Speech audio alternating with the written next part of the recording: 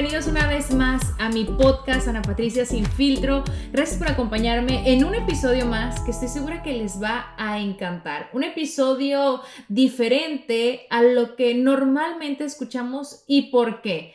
En el día de hoy vamos a desromantizar lo que es la labor de parto.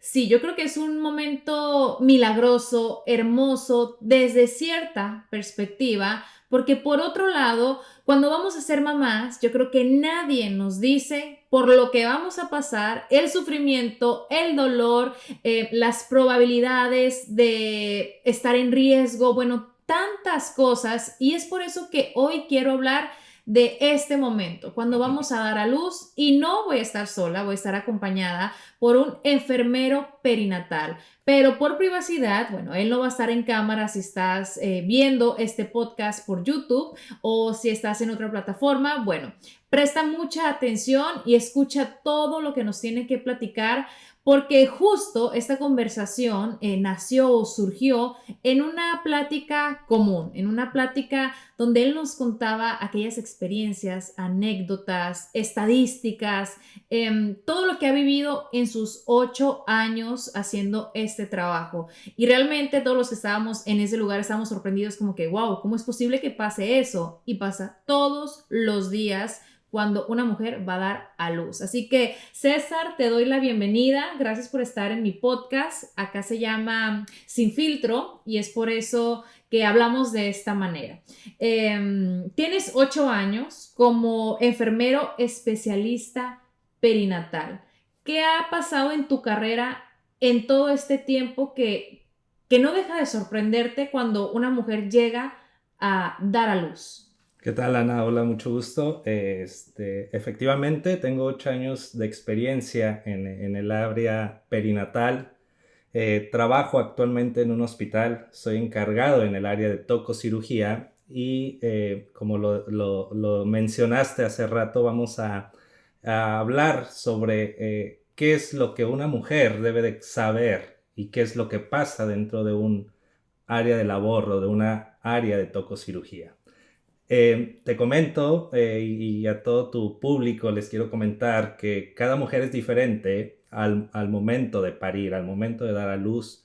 Entonces nosotros como enfermeros especialistas, como gente del área de perinatología, tenemos que tomar en cuenta esas acciones que cada mujer va a llegar a nuestra área, a nuestras manos, y tenemos que estar enfocados para poder resolver ese proceso de un parto, llamémoslo vaginal o llamémoslo por cesárea.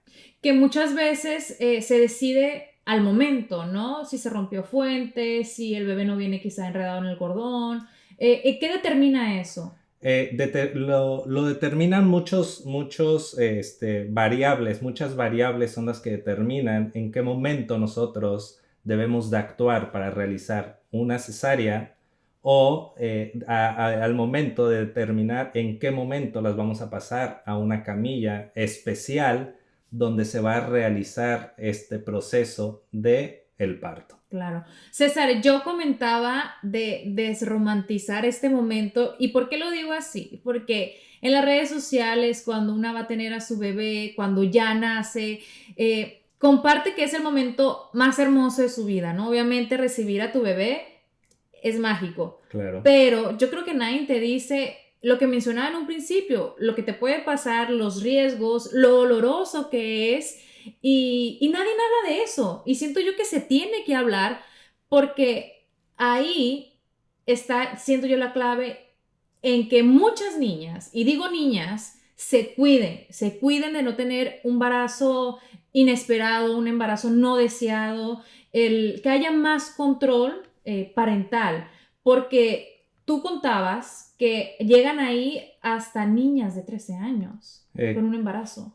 Claro, bueno, te comento, yo siempre las he admirado a ustedes por ser madres y creo que es respetable todo este proceso que llevan. En mi área o la gente que estamos dentro de esta área, vemos el dolor, vemos el sufrimiento que ustedes tienen, el momento en el que ustedes llegan con nosotros automáticamente les cambia el semblante. Y me gusta el tema del que estamos hablando. ¿Por qué? Porque no todo es felicidad dentro de un parto, ¿sí?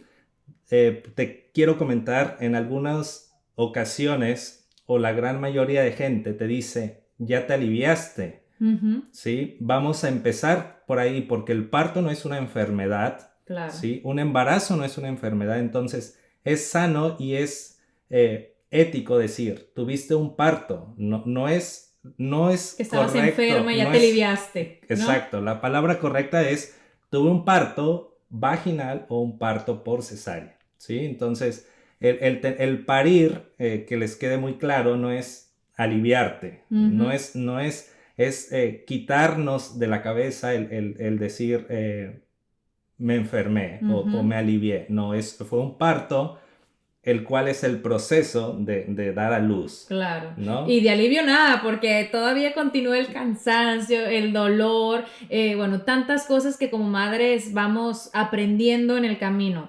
Tú me decías, hay algo que quisiera decirle a todas aquellas que están por dar a luz, y no importa si son mamás primerizas o si ya tienen experiencia con uno, un hijo o dos, los que sean, ¿qué es lo que tienen que saber al momento de llegar al hospital o a donde sea que van a tener el parto? Bien, lo primero que deben de saber es que van a llegar a un área donde hay más mujeres en la misma situación de ustedes, ¿sí?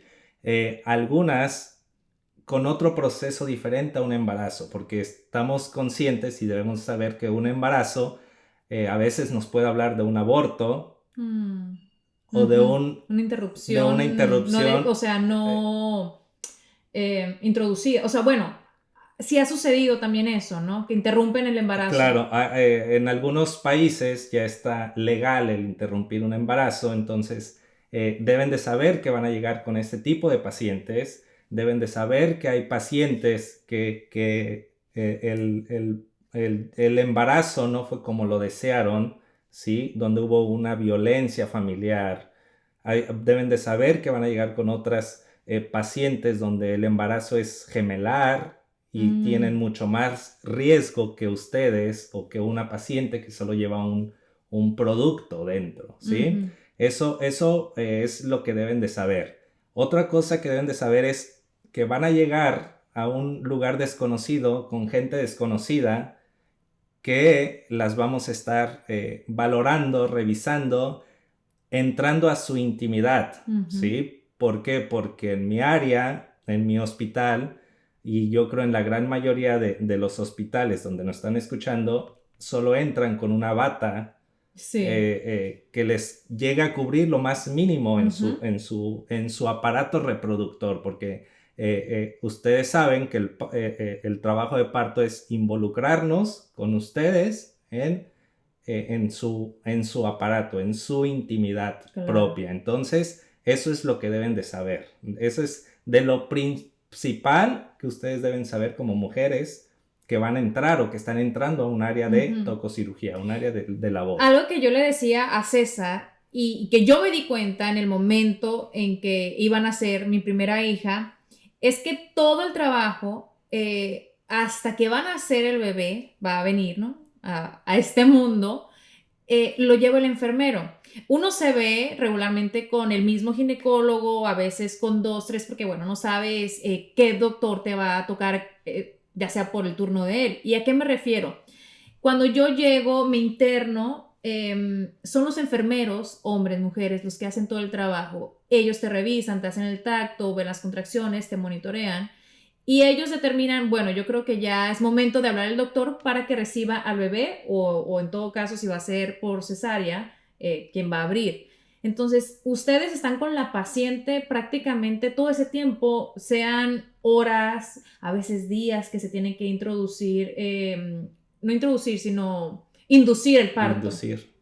Entonces, yo creo que es un reconocimiento que poco se les da a ustedes como enfermeros perinatales. Sí, Ana, efectivamente, la gran mayoría el trabajo que nosotros realizamos es esto, el llevar una conducción de trabajo de parto. Es como le llamamos en el área. La conducción de un trabajo de parto lo hace el enfermero perinatal o la enfermera perinatal. Y como lo mencionaste tú, el ginecólogo, el que te llevó tu embarazo, es el que llega a recibir. Estamos hablando, y es sano que lo sepan, que un trabajo de parto no dura 1 hora, ¿no? Yo creo tú lo viviste, no solo dura 1 hora, puede llegar a durar varias horas, y nosotros somos los que nos encargamos de llevar a cabo ese trabajo de parto.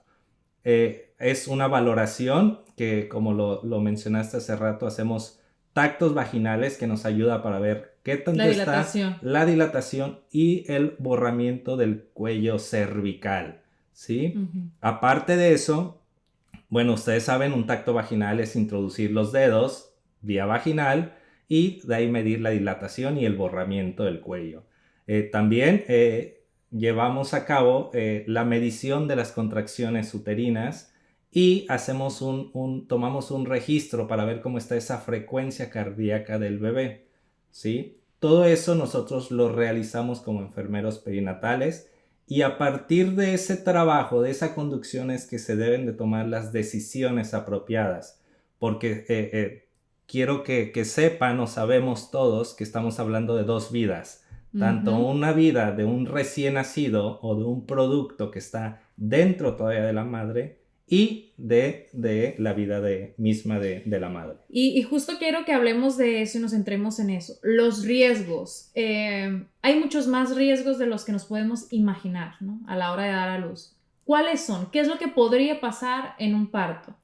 Bien, en la gran mayoría de instituciones manejamos lo que es un consentimiento informado. Es una hoja que el hospital o el centro de salud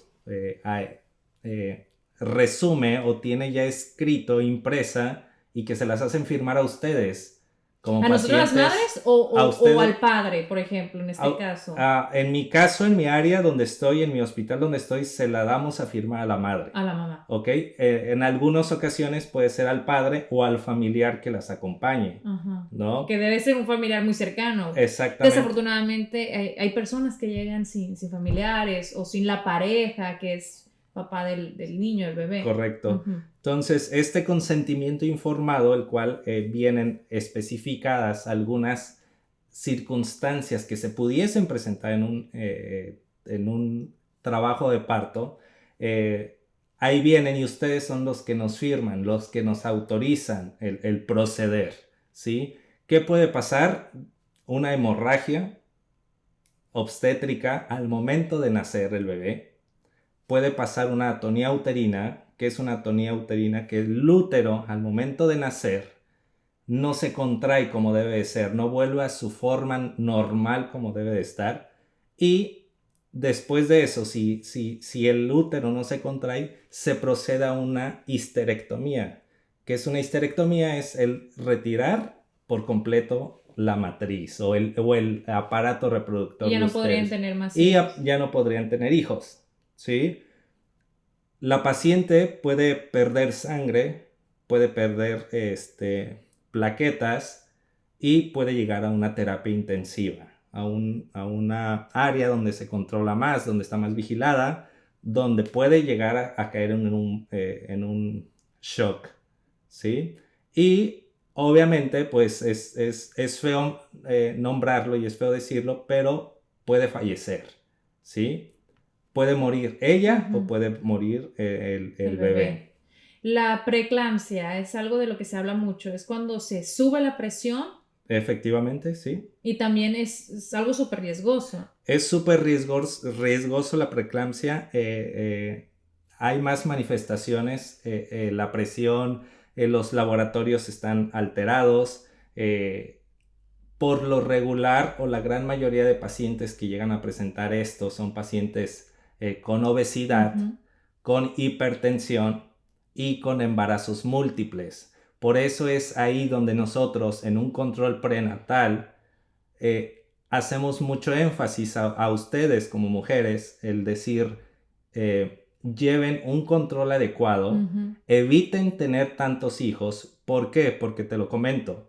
Si la gran mayoría de pacientes que he visto presentaron en su embarazo anterior preeclampsia, tienen un 95% de posibilidad que les vuelva a dar preeclampsia en su segundo embarazo, y es mucho más riesgoso. Te cuento, Ana, que en algunas ocasiones o el producto no se logra, ¿sí? Entonces se llega a perder ese producto y no llega a la semana de término, que es a las semanas 40 de embarazo, ¿sí? ¿A qué semana puede llegar? Por lo regular llega entre las 25 28 semanas. O sea, casi en el segundo trimestre. Sí, exactamente. Entonces, sí, yo sí mi idea y mi consejo que yo a ustedes les doy a las que nos están escuchando es, pongan mucha atención en eso. No es el afán de nosotros como profesionales de la salud regañarlas. Claro. ¿No? ¿Por qué? Porque ahorita en un rato me gustaría hablarte sobre violencia obstétrica, pero no es nuestro afán de llamarles la atención o decirles por qué se está embarazando. Claro. Lo hacemos por su salud, ¿sí? Yo en el área de perinatología, suena feo, pero yo prefiero la vida de ustedes como mamás que a la vida del recién nacido. Eso era algo que todos debatíamos, ¿no? En esta conversación donde César nos conversaba. ¿Qué pasa cuando está en riesgo la vida del bebé y la vida de la mamá? Vamos a poner un caso hipotético. Tienes ya 3 hijos. Entonces, o te salvas tú o salvas a tu bebé. Yo comentaba, yo que soy mamá de 2, es una de mis mayores pesadillas el pensar que puedo fallecer y voy a dejar a mis hijos, ¿no? El que ellos van a crecer sin su mamá, aunque tengan a su papá. Esa es mi posición. Yo no podría. Y ojo, es muy difícil esta decisión. Si nos ponemos a pensar entre la vida tuya o tu bebé, ¿qué haces cuando tienes más hijos? Yo tengo un esposo que yo sé que él los cuidaría. Hay otras mamás que no tienen como esta opción. Tú comentabas que en México, en muchos países, la madre es la cabeza del hogar, ¿no? Y otra persona decía todo lo contrario. No, es que así yo tenga 5 hijos, yo prefiero la vida de mi bebé, pero ¿y qué va a hacer de esos 5 hijos? Podrán tener un papá, pero crecer sin una madre yo creo que muy complicado. Claro. O sea, es un tema demasiado debatible, pero sí te pone a pensar. Sí, como dices, es un tema demasiado debatible, pero y yo les puedo decir y reconozco el amor que ustedes como madres le tienen a cada hijo, ¿no?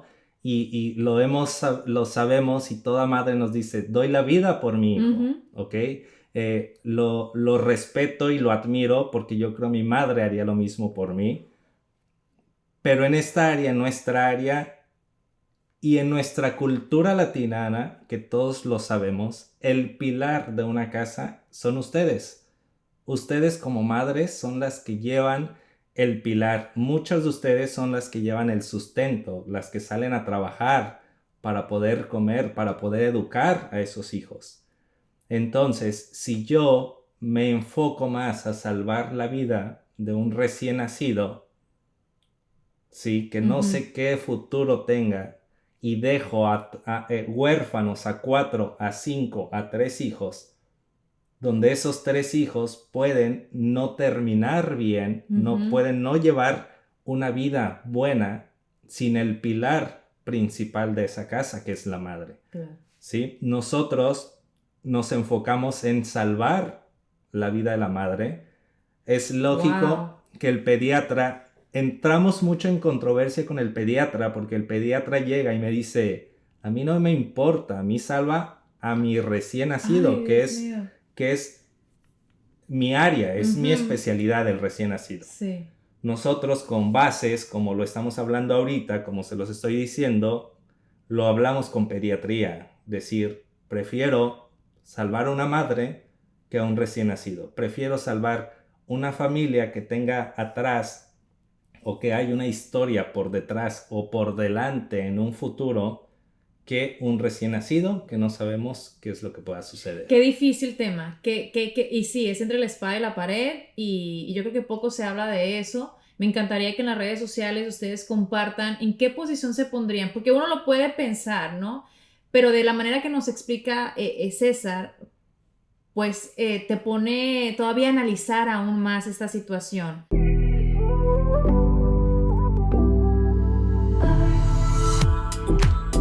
En un momento volvemos con el podcast porque tengo una noticia que te va a encantar. La nueva temporada de Juego de las Llaves regresa explosiva, más sexy y mucho más atrevida. Maite Perroni, Marimar Vega y Humberto Busto le dan bienvenida a los nuevos jugadores. Cristian de la Fuente, Laura León y Alejandra Guzmán. El Juego de las Llaves segunda temporada está disponible ya. Solo tienes que descargar Pantalla en el App Store o en Google Play Store. También puedes visitar pantalla.com. Recuerda, Pantalla con Y. Yo no me la voy a perder.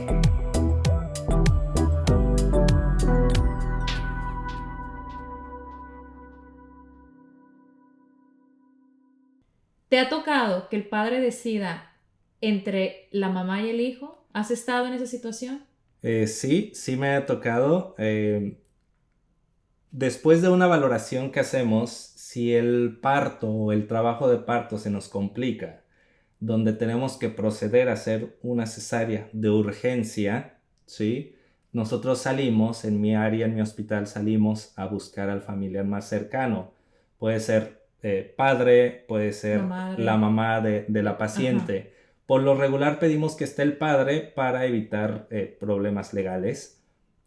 Salimos, le platicamos la situación que está pasando, el proceso que se está pasando. La gran mayoría de ellos nos ha autorizado salvar a la vida de la madre, ¿sí? Esto implica que a veces solamente no solo es el salvar vidas, ¿no? Uh-huh. Implica hacer otro proceso quirúrgico como el que te mencioné hace rato.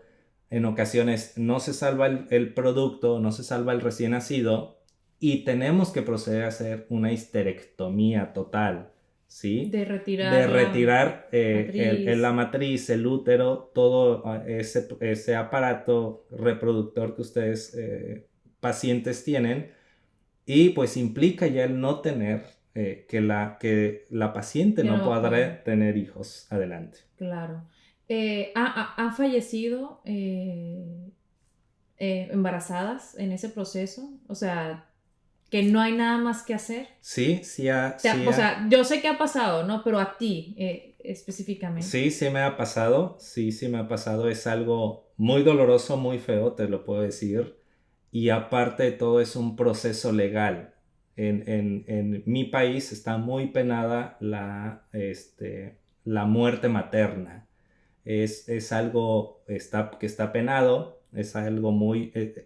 tenemos que llevar un proceso legal, ¿sí? El proceso de ministerio público, quien hace la averiguación, los abogados te citan, te entrevistan, te piden el expediente, te dicen por qué actuar, por qué no actuaste. Uh-huh. Entonces sí me ha tocado, es un proceso muy largo y ya se habla de un proceso legal por fuera. Cuando César menciona su país es en México, ¿no? Y obviamente todos los países tienen sus reglas, sus leyes, castigos también cuando suceden a lo mejor negligencias.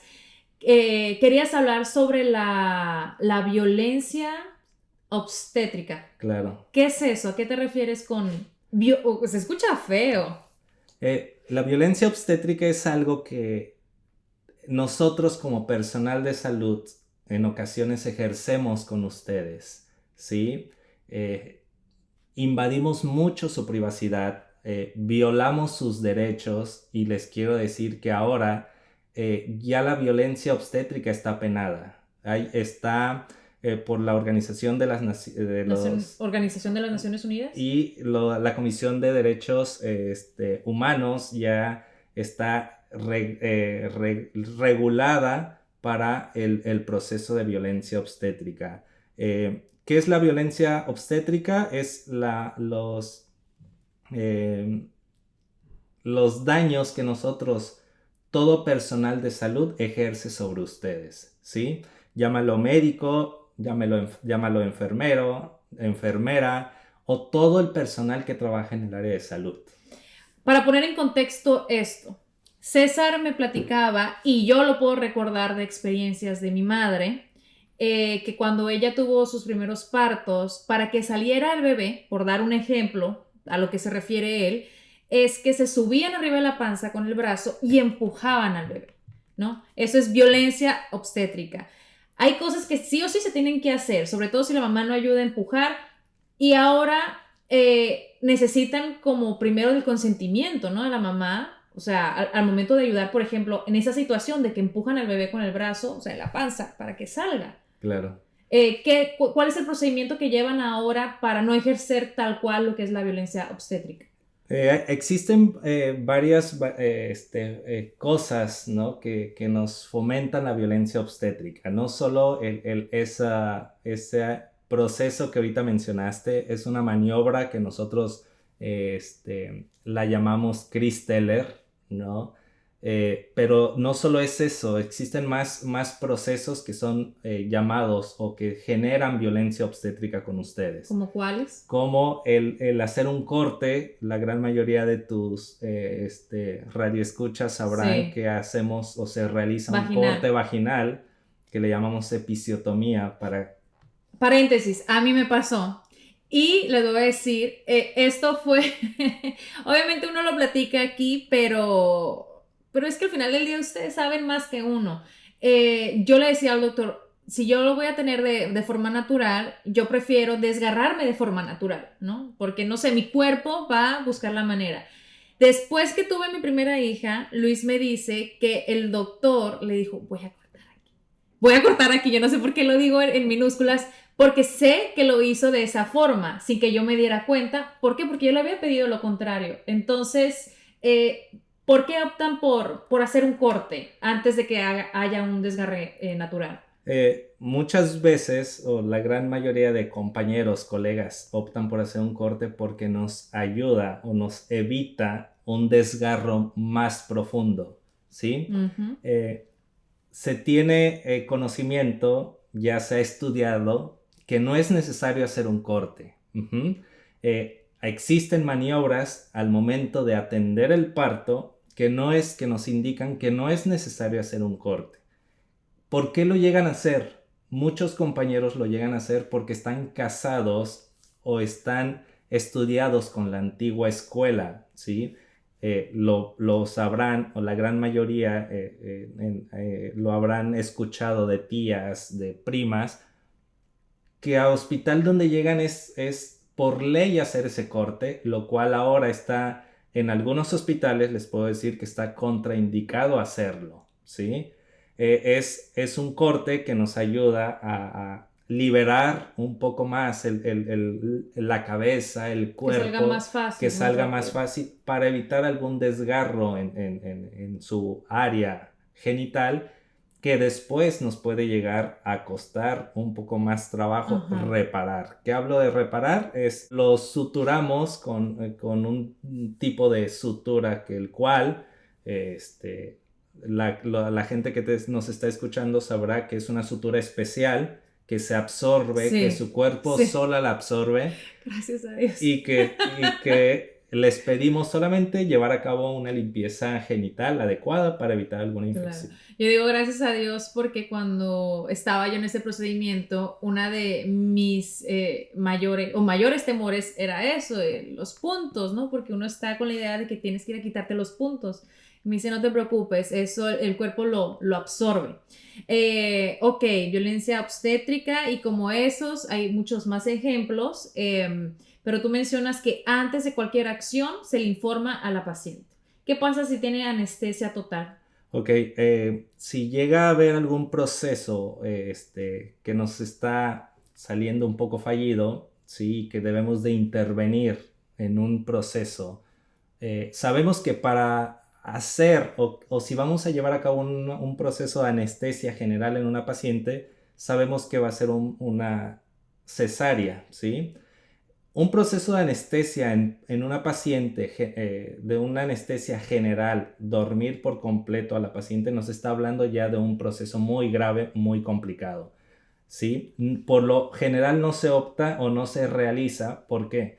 Porque tú estás conectada con tu bebé vía placentariamente, por tu placenta.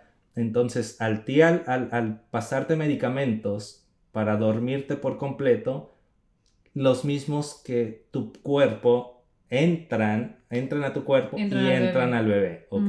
Entonces, al nosotros dormirte por completo, estamos hablando que vamos a obtener un bebé anestesiado, deprimido, sedado, y que va a costar mucho trabajo al pediatra poderlo reanimar. Wow. ¿Ok? Entonces, casi no se hace la anestesia general, pero sí hay ocasiones en las que se realiza, ¿sí? ¿Cuál es el caso más complicado o difícil que te ha tocado?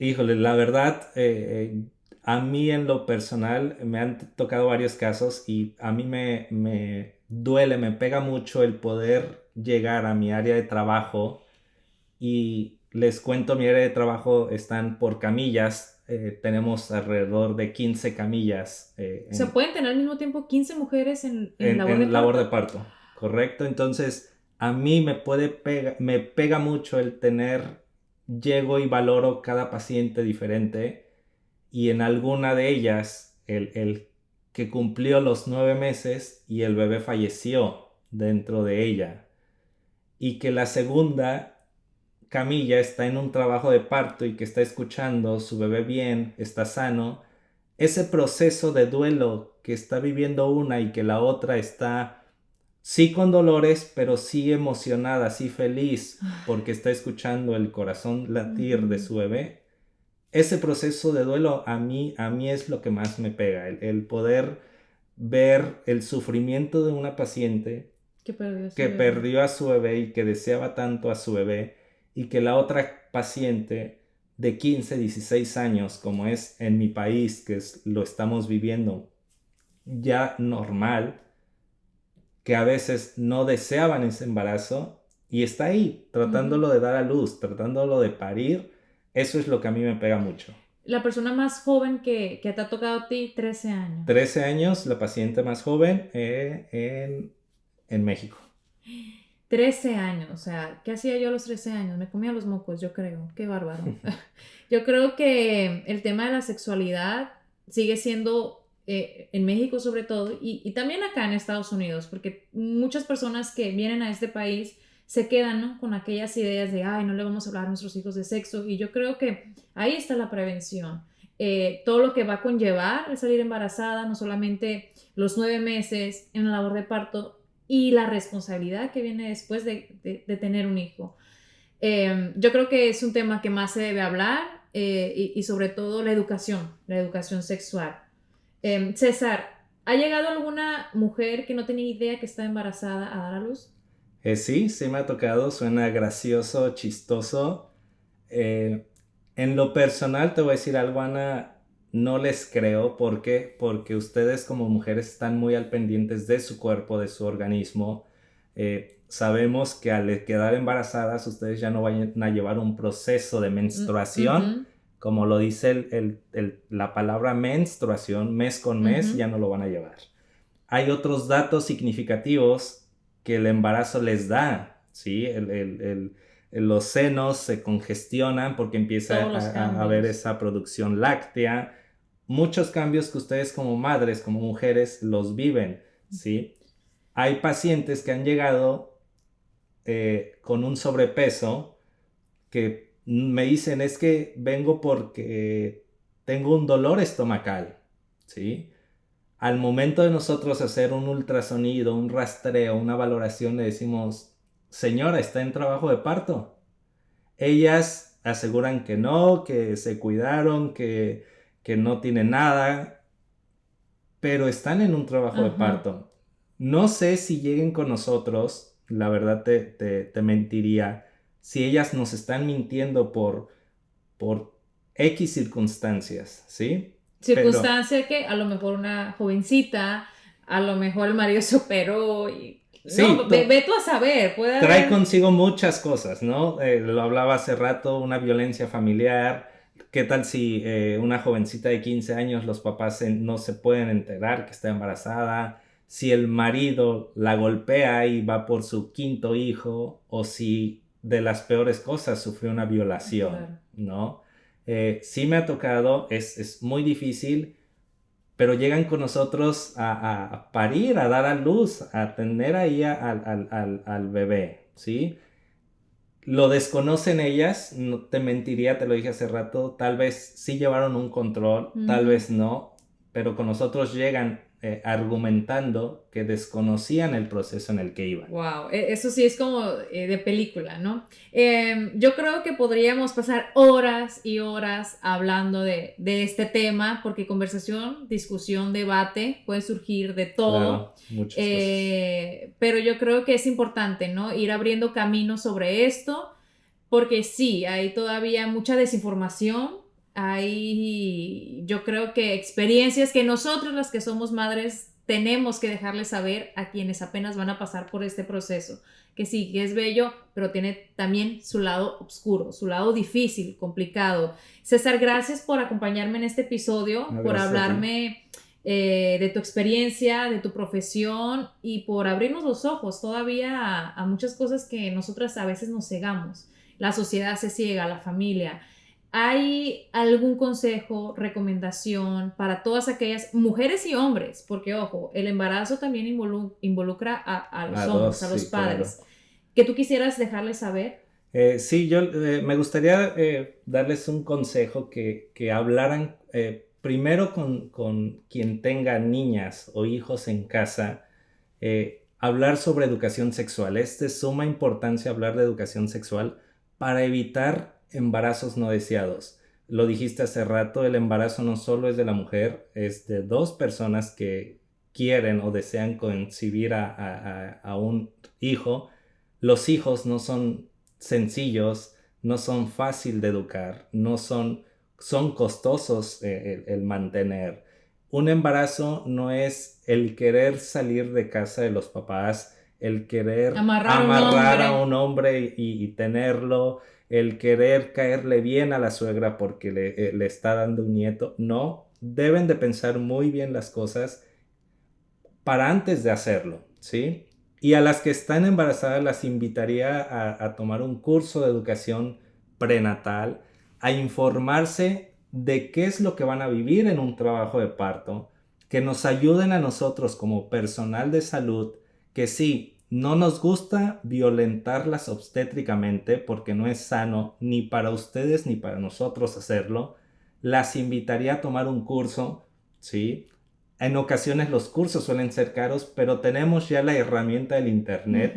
Podemos ver videos, podemos acercarnos a alguien y el mismo hospital donde ustedes, estoy seguro que donde ustedes llevan su control prenatal, hay un sistema que les pueda apoyar a llevar esa educación prenatal para poder tener un parto satisfactoriamente. Mejor dicho, imposible.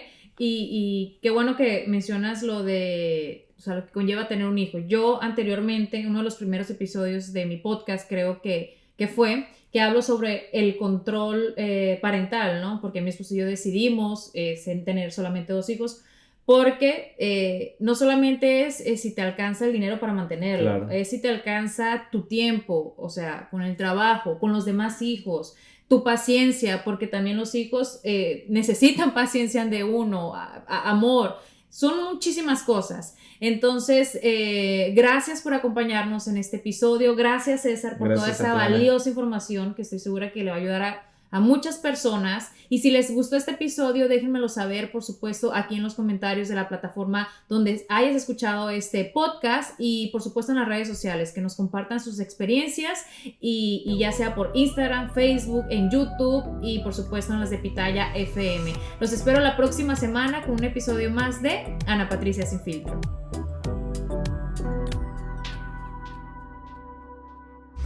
La serie más caliente en pantalla regresa con otra temporada explosiva. Tenía una familia, un esposo. más emocionante Siempre quisiste ser libre. y mucho más atrevida. ¿Estás segura de que no te pondrías celosa? Maite Perroni, Marimar Vega y Humberto Busto le dan la bienvenida a los nuevos jugadores: Cristian de la Fuente, Laura León, Alejandra Guzmán. Y para eso es el juego de las llaves. El Juego de las Llaves segunda temporada estrena el 16 de septiembre, solo en pantalla.